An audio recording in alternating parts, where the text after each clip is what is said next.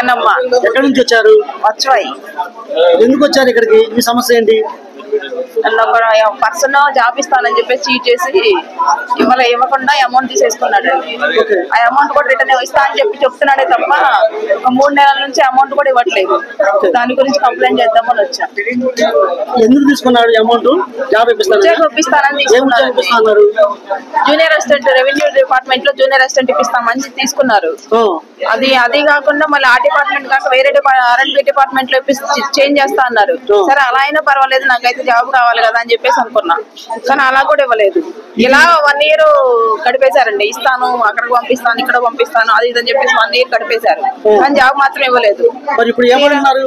తీరా ఒక last 3 months back phone చేసి మీరు ఎలాగో నాకు జాబ్ ఇవ్వట్లేదు, నేను అమౌంట్ బయట తెచ్చుకున్న అమౌంట్ కదా, ఆ అమౌంట్ నాకు ఇచ్చేయండి అని చెప్పేసి అంటే ఇస్తా అని చెప్పి ఒప్పుకున్నారు. స్టేషన్ దగ్గర కూడా తీసుకొచ్చారు, అక్కడ కూడా ఒప్పించారు. ఇస్తా అని ఒప్పుకున్నాడు కానీ అమౌంట్ మాత్రం రూపాయి కూడా ఇవ్వలేదండి. ఇస్తా అని చెప్తున్నారు కానీ ఇవ్వలేదు. ఇప్పుడు పోలీస్ స్టేషన్ లో మరి పోలీసు వారు ఇస్తానని చెప్పారు కదా, పోలీసు వారు ఏమంటున్నారు? అక్కడ కంప్లైంట్ తీసుకున్నారు, ఒకసారి తీసుకొచ్చి మాట్లాడారు. అక్కడ SI గారి తరఫున నేను 2 నెలల్లో అమ్మాయికి అమౌంట్ రిమాండ్ చేసే బాధ్యత నాదని చెప్పేసి వెళ్ళిపోయారు.